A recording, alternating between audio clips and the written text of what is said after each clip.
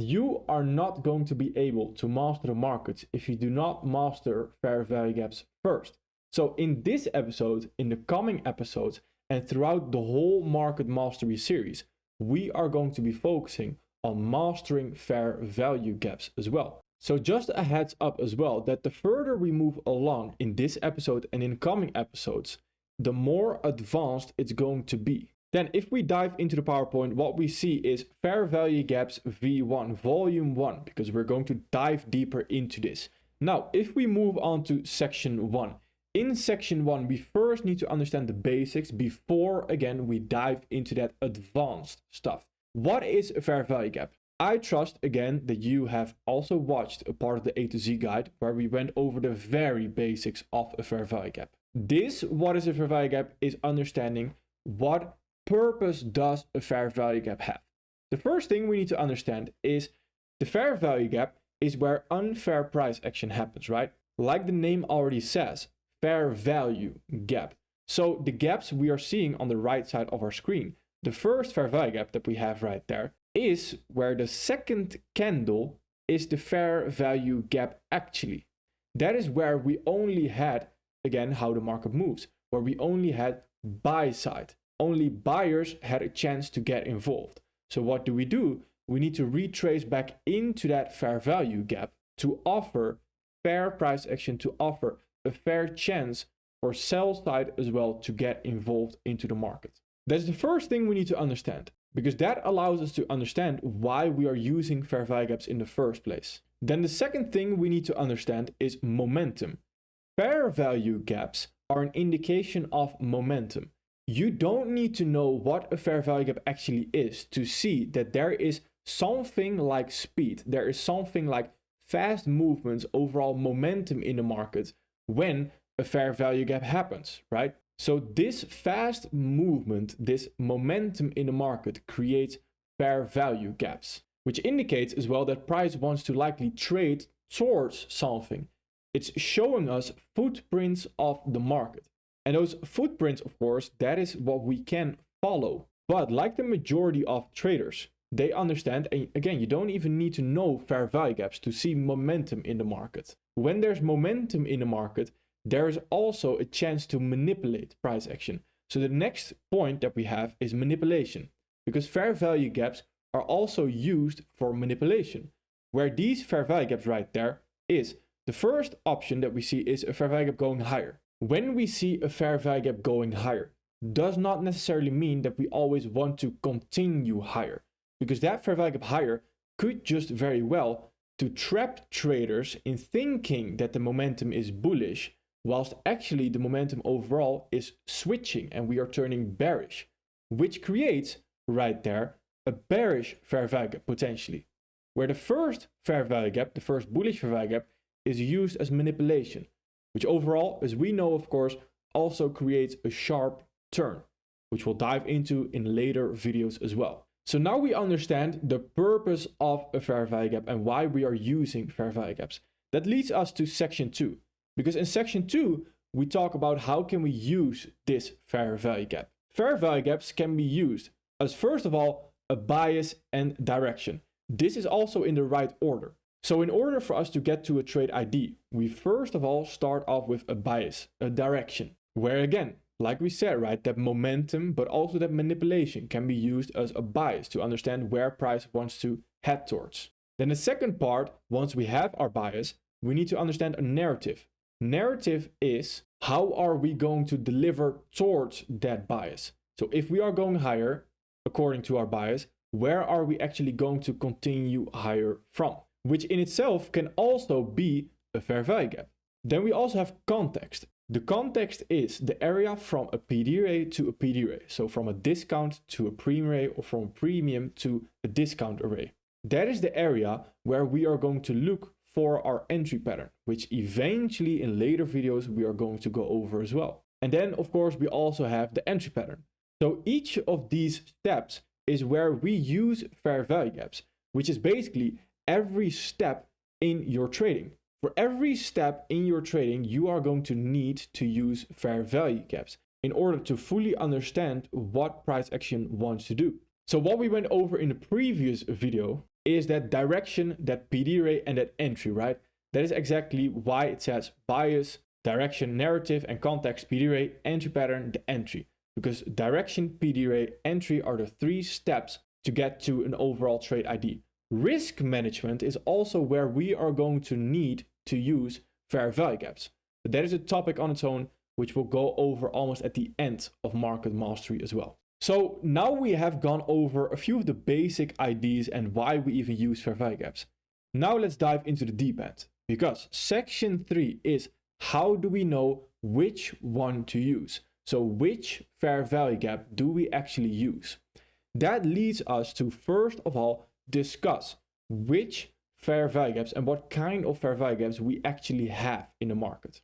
The first one we have is just a normal fair value gap. A classic fair value gap. What defines a classic fair value gap is exactly what we are also going to go over. A fair value gap can be used as a magnet, meaning it can be used to trade towards that fair value gap. It can be used as a draw on liquidity, as a bias, like we mentioned. And next to that, the same fair value gap can also act as a rocket, where the fair value gap attracts and repulses price action again. Then the second type of fair value gap that we have. So everything you're seeing right there, every gap that we talk about is defined as a fair value gap. But in those fair value gaps, we can define the gaps a little bit more. Where the second one is a breakaway gap, where a fair value gap has that magnet and that repulse. So the magnet and that rocket characteristic. A breakaway gap doesn't have those.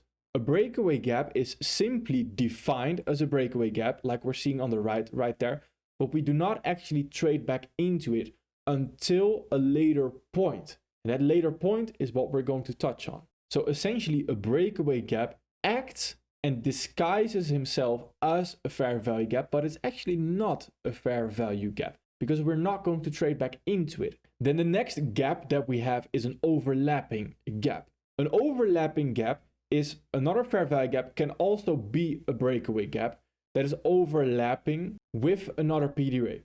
That other PD rate that the fair value gap is overlapping with is either going to be a mitigation block, a breaker block, or an order block. Then the last type of gap that we have is a mitigated gap.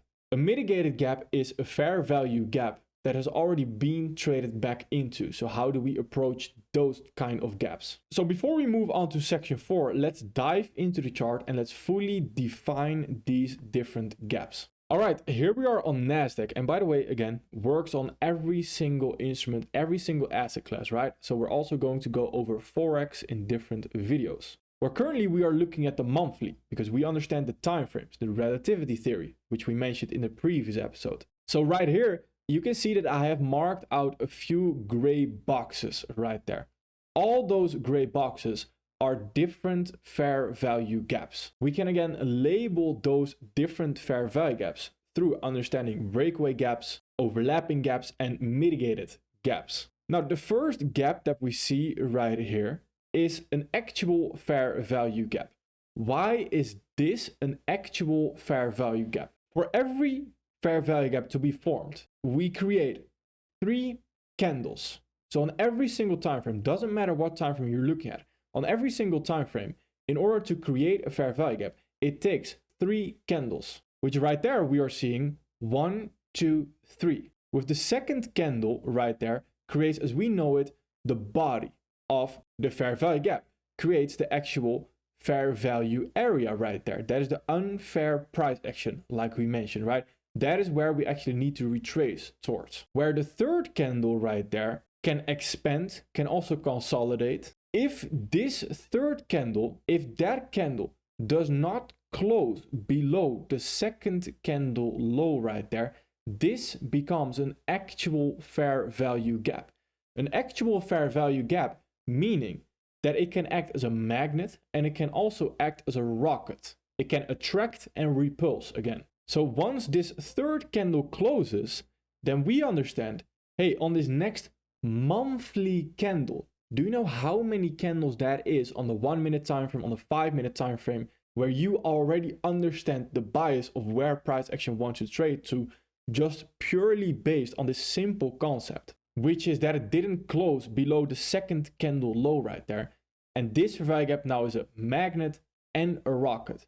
So we can trade towards it and we can trade off of it right there, where eventually we trade into it and we trade off of it sitting right there. Once we trade back into that candle, we now have a mitigated gap. A mitigated gap is simply a fair value gap that has been traded back into. When a fair value gap has been traded back into, the fair value gap itself is used up. You don't use it anymore. Doesn't matter how far we retrace back into it. Once we have the smallest sting, so this actually in itself is also quite a small sting into that fair value gap, that fair value gap is used up. So if we move on, eventually we see as well that we create a new fair value gap. It finally gets created right there. Then this has the same exact characteristic like we talked about on the previous fair value gap sitting right there, which we can now remove because now we have a new fair value gap with the same characteristic of not closing below this second candle low right there, below the expansion phase candle. So now we can see the same thing, that here this can act as a magnet, so attract, and also as a rocket and repulse again. So if we want to continue lower, then we can continue lower off of that exact fair value, which once we come into that right there, the smallest thing again is already a mitigated gap right now. So now that fair value gap has been mitigated. So it either already continues lower, or if it does not continue lower, then we have offered fair value right there. And if we have offered fair value based on our understanding of how the market moves, then we are simply, again, not offering fair value anymore. So we are seeking liquidity. And seeking liquidity is in two forms right there. The place that we can continue lower from is not the fair value gap anymore, because this is a mitigated gap. Very simply said, we have already traded back into that fair value gap. So we don't use the fair value gap anymore if it doesn't have an immediate rejection lower. We have offered fair value. We are not going lower after offering fair value. So we are seeking liquidity. Liquidity in the form of this previous month high right there. This is the next area that we can continue lower from. If we do not continue lower from this previous month's high right there, then what are we doing? Then we have both offered fair value. We have tried to seek liquidity to continue lower off of that. We are not going lower off of either of those two. So we are finding a higher target in the form of the next liquidity right there. This mitigated gap is what we'll dive deeper into in the next video as well. We are seeing that we indeed do not continue lower off of that. Eventually we do have a candle move lower, but that candle move lower does not create a new fair value gap lower. So I'm always looking at the exact same time frame right there, where because on the monthly right now, we do not have a new monthly fair value gap being created lower. What does that indicate? That indicates a lack of momentum going lower. All right, well, based on our understanding of liquidity as well, there are now trapped traders above this high right there. So we should not come back above that high sitting right there. Why is this previous month high right there a liquidity? Because it's not a swing high, right? On the lower time frame, so going into the weekly, into the daily, that is a swing high. So previous candles high and a previous candle low is liquidity on the lower time frame. So here people are trapped. They should not be released until we meet the opposing liquidity, which right there, eventually they get released. So right now, what are we doing? We are releasing trapped traders. We don't have momentum going lower. So clearly we might want to continue higher towards the next premium array, which is sitting right there, this actual swing high. So eventually that is where we continue higher towards. Now, once we continue higher right there, we do what? We create a new fair value gap, which is actually a breakaway gap. How do we look at that? Let's delete these right here. We reached this first draw on liquidity sitting right there. After that draw on liquidity has been reached, we are closing with this third candle right there. We are closing above the second expansion phase candle high. If the third candle of a fair value gap being created closes above the expansion phase candle high, so above the second candle, then this gap right there, this fair value gap is not a fair value gap where in the next candle you would expect a retracement like this to then continue higher off of. No, this now becomes a breakaway gap. A breakaway gap is where the momentum is so high that we first want to reach for a draw on liquidity before coming back into that potential breakaway gap. So where we expected a retracement back into this fair value gap, for example, on the next exact candle, to then continue lower off of that, that is something that we would not expect to happen sitting right there. Here we would expect to happen first for us to reach the draw on liquidity. What is the next draw on liquidity? Again, draw on liquidity being the bias direction. Overall, we're bullish, seen and based on those fair value gaps that we saw right there. So us being bullish, we are reaching for a draw on liquidity. The draw on liquidity, if we are bullish, is a premium array. The next premium array that we have right there is this swing high sitting right there. So that swing high is where we can expect price to come into first before potentially delivering into any of these breakaway gaps, which is of course important to know, because on this next candle that is currently forming, you are not trying to trade into this breakaway gap because it is a breakaway gap. So right there, what are you doing instead? You are already going into the lower time frame to find an actual fair value gap to then continue higher off of, which is exactly what we're going to go over as well later on. So afterwards, we see the draw on liquidity has now first of all been reached before coming back into the fair value gap right there. Once that draw on liquidity has been reached, we again create a new breakaway gap as well in the form of this fair value gap right there. Now we have two actual breakaway gaps, and we have this breakaway gap and that breakaway gap. But we have also reached this draw on liquidity sitting right there, that short-term draw on liquidity. So what do? Do we then focus right now on the next draw on liquidity, which is sitting right there? Or do we first of all trade back into those fair value gaps to then continue higher off of those? This is where now the understanding of overlapping gaps comes in. If there is no fair value gap, and fair value gap again being defined by the third candle, right, which we talked about, this being a fair value gap and this as well being a fair value gap right there. If we don't have those and we only have breakaway gaps and we trade back into those breakaway gaps, then we are going to use those breakaway gaps, but more defined. Because if we only have those breakaway gaps going higher right there and we trade back into them, we are going to use the overlapping gap to continue higher off of that instead of the breakaway gap. Because remember, breakaway gaps, they don't act as a magnet and they don't act as a rocket. They don't attract, they don't repulse. They are imposters. They are not real fair value gaps. So if we are going to make a retracement after reaching this draw on liquidity, then there's a higher probability for us to come into the overlapping gap, because these gaps right there are only breakaway gaps and an overlapping gap. And breakaway gaps, we do not use them to trade off of. So the only other gap that we have right there is the overlapping gap. What is the overlapping gap? Well, first of all, this is a breakaway gap and this is a breakaway gap. The overlapping gap is a fair value gap that can also be a breakaway gap, like we mentioned, that is overlapping with either a breaker, a mitigation block, or an order block. So do we have any fair value gap, any breakaway gap that is overlapping with something? Yes, we have this breakaway gap right there that is overlapping with this breaker's high. Overlapping meaning that overlapping is always going to be a fair value gap overlapping with another PD array. Overlapping meaning that they are meeting at the same exact point. There's an overlapping part if we look at the right. This fair value gap right there is exactly where the breaker block is as well.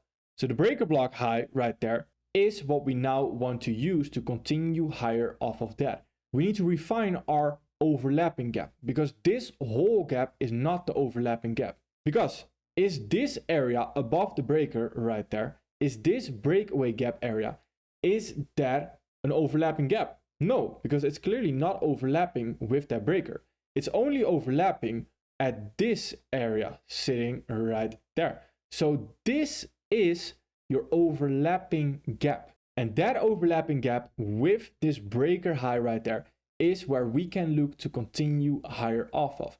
And that does act as a magnet and as a rocket right now, where eventually we look to come into that and we continue higher off of that as well. Where before we come into that, of course, we also have this breakaway gap. Now that breakaway gap right there is where we do need to understand that can still give a rejection. It can turn into that mitigated gap. That mitigated gap is where we do have this first rejection by that candle. Afterwards, the lower time frame is a supporting role in here, because the lower time frame will still have bearish fair value gaps being created, pointing toward the overlapping gap sitting right there. And that is where we eventually come into to then continue higher. And after we come into that, what do? We create a new monthly fair value gap. But what kind of fair value gap is that?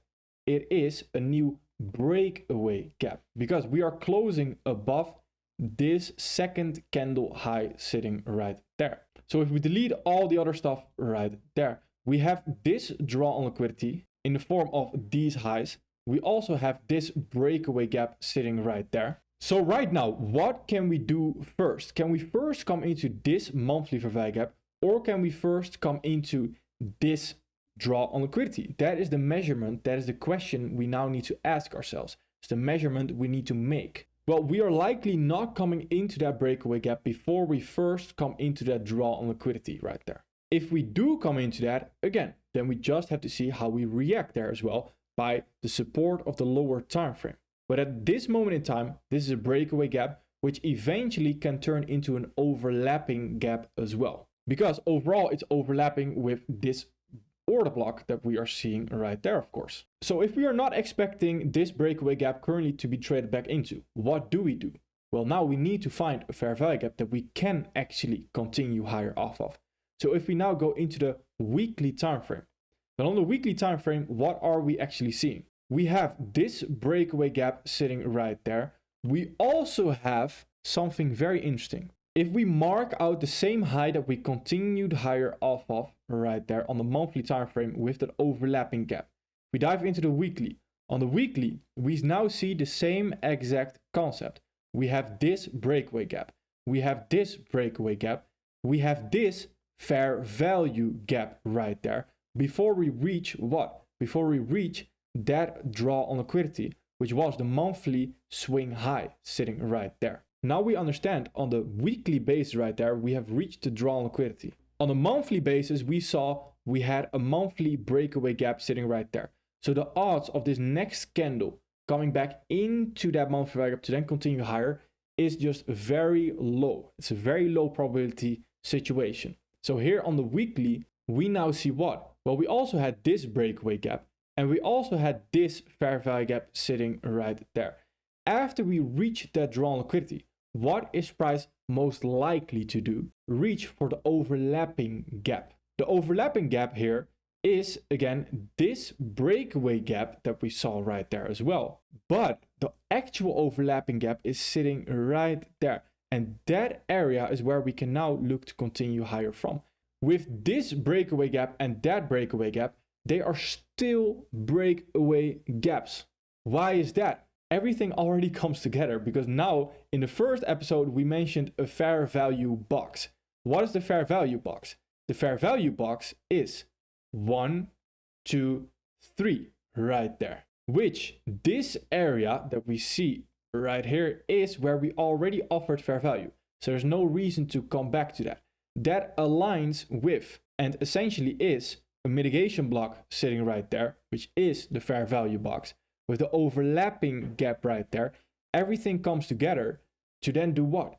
To then push price higher. So the only option we have at that moment in time is to argue that we are going higher right there. And if you've not been attending the Sunday weekly forecast, I would highly suggest you to do so, because this is exactly what we went over. And this is why the weekly forecast is super important to, first of all, be surrounded by those like-minded people in the live stream, but also to see how we apply all this stuff in live price action. So this area is where we now expect higher prices from, with the overlapping gap as well, combined right now with that fair value box, with that mitigation block. with the next target sitting right there in the form of that swing high. And eventually the draw on liquidity we talked about sitting right there, which currently we can of course go into the daily time frame as well, where we see the same exact thing. We have this fair value gap sitting right there, which I did not mention on the Sunday weekly forecast because that was not formed before that time.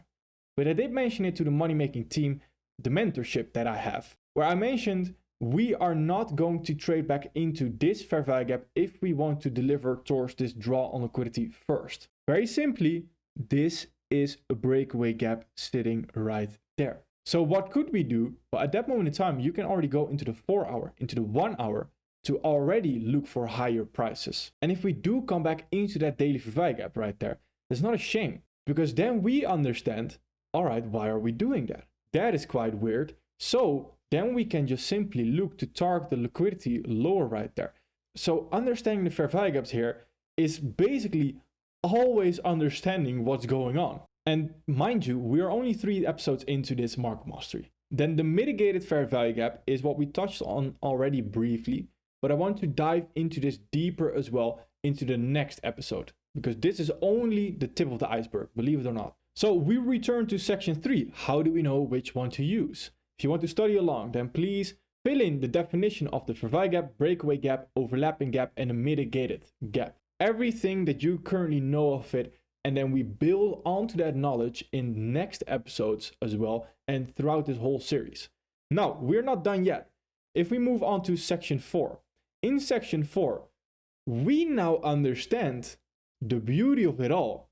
Fair value gaps equal or are fractal quarterly shifts. Now, let me quickly and briefly explain to you what quarterly shifts are. So let's first actually understand what a quarter is. What does quarterly actually refer to? Quarterly refers to 3. Very simply said, 3. In a year, you have 12 months. Every 3 months is a quarter. And in total, those 4 quarters create 12 months. Where we have the same phenomenon in trading. Every 3 candles is a quarter. The reason we call it fractal quarterly shifts, fractal indicating that we are not necessarily always referring to monthly quarterly shifts. You also have weekly quarterly shifts. You also have daily, 1 hour, 4 hour, 15 minute, even 1 minute quarterly shifts. That is what fractal stands for. Why does every fair value gap create fractal quarterly shifts? This is where we need to understand what we went over briefly in the breakaway gap understanding in section 3. Are we first reaching for the draw on liquidity or the fair value gap?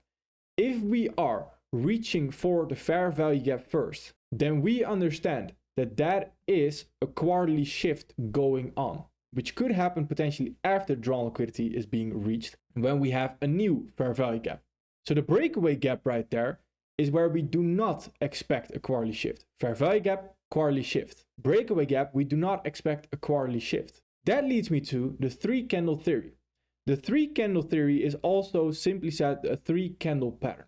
A 3 candle pattern is the most underrated aspect of trading, because everyone thinks a 3 candle pattern is, oh, it's very easy, very basic.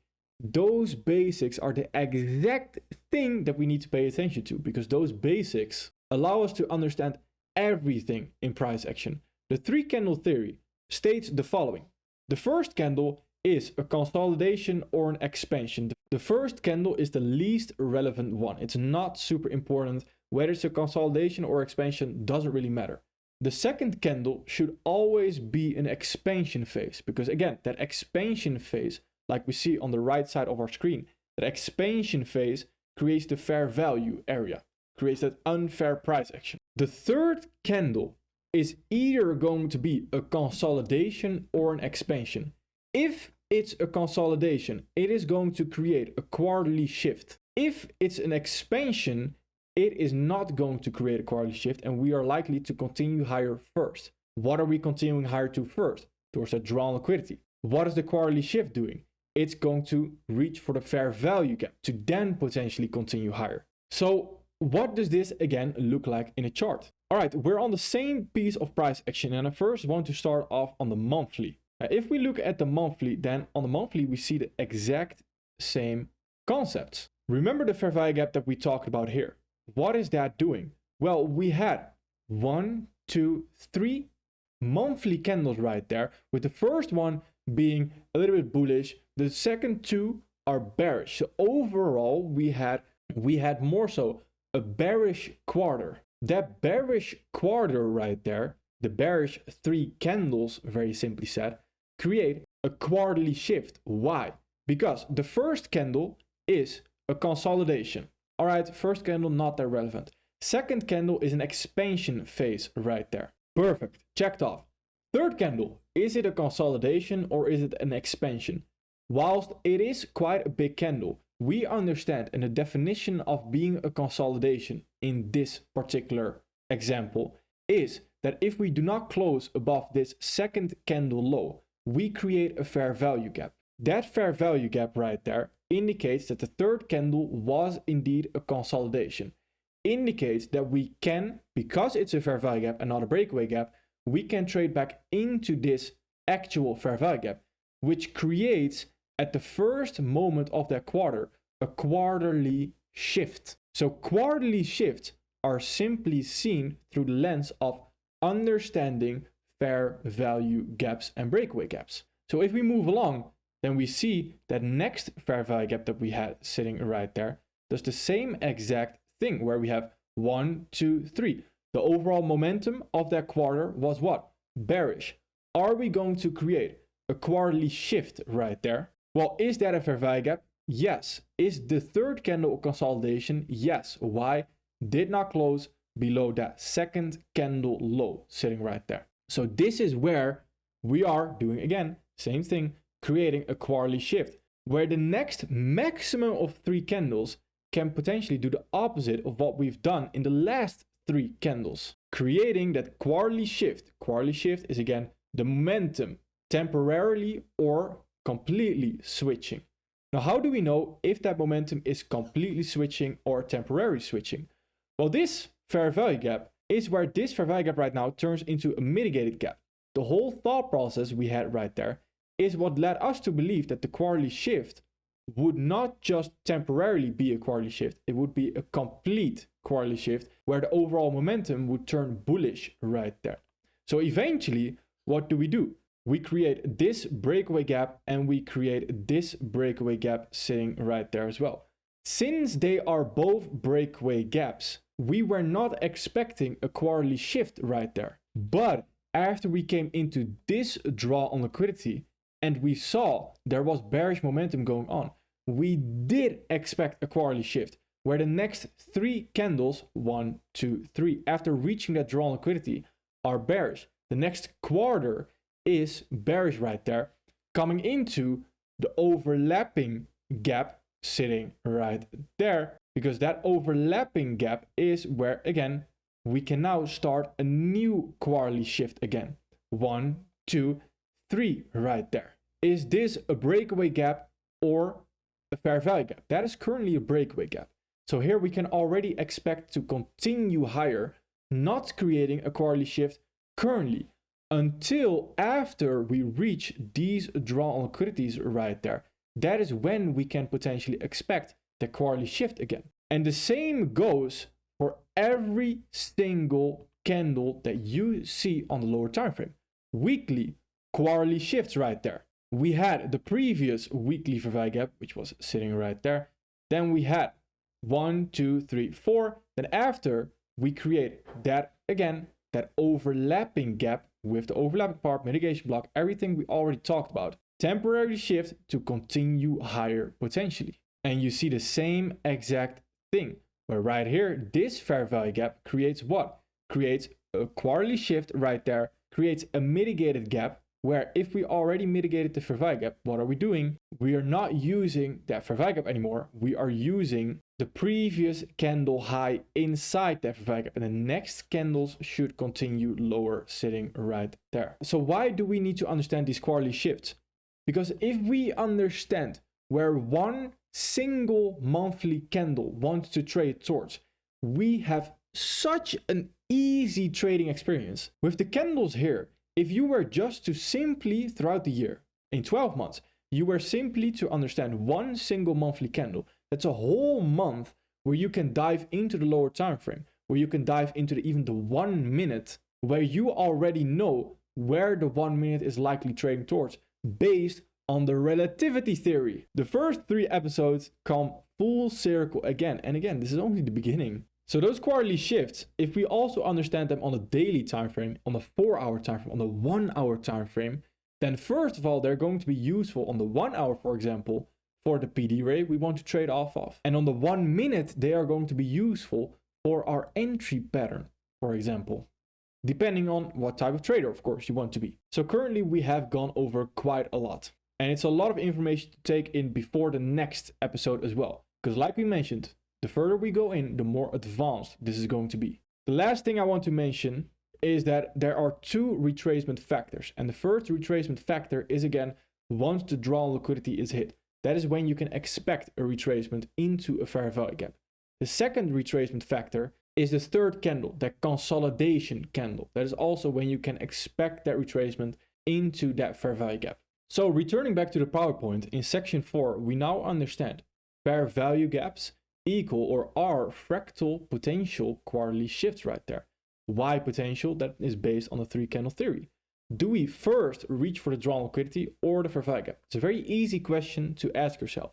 That question and the goal of that question is to set off a chain reaction of thoughts in your mind to then understand, all right, I need to pay attention to that 3 candle theory. The 3 candle theory being, first candle, not super relevant, doesn't really matter. Second candle is an expansion phase to create a fair value gap. Third candle right there, if it's a consolidation, and we understand consolidation, if it's a bullish fair value gap, if we close above that second candle right there, then that is an expansion. If we consolidate, then we should not close above that second candle high right there. And that is how we define consolidation and expansion. Consolidation being an actual fair value gap that can act as a magnet and a rocket. Expansion is where we have that breakaway gap, right? So then we can move on to section 5. And in section 5, we understand the 3 candle theory right there, where the first magnet fair value gap with that consolidation fair value gap is where it can act as a magnet but also as a rocket, attract and repulse. The breakaway gap right there is what we also now understand how to approach that a little bit better. And what we do, we first head towards the drawn liquidity. So we can go down a time frame to then look for our actual fair value gap to trade off of. Then in all of this, and what we first off need to understand, what is quite important, is we mainly looked at the same time frames here. Now, imagine if we now incorporate the lower time frame, because the lower time frame fair value gaps, like mentioned earlier in this video as well, they play a supporting role. They give us an even clearer idea of what the higher time frame wants to do, with the same exact concepts as well, which we're going to dive into in next videos. All of this gives us a bias, and not only a bias, this is the beginning. This is the first step. The first step here gives us a bias. Now we're going to eventually look at the narrative, at the context, at that entry as well, which is exactly the things we're going to build onto in the next episodes as well. So volume 1 of the fair value gaps is done right here. Next video, volume 2. And throughout Market Mastery, we are going to master fair value gaps. Just a quick heads up that we do have a new website as well. We have a new website called Arjo.io. So if you want to go to that to sign up for the newsletters, there's a lot of different things coming in that as well. Then feel free to visit it. And then, of course, I'll see you on the Sunday weekly forecast at 8:30 a.m. New York local time. Perfect.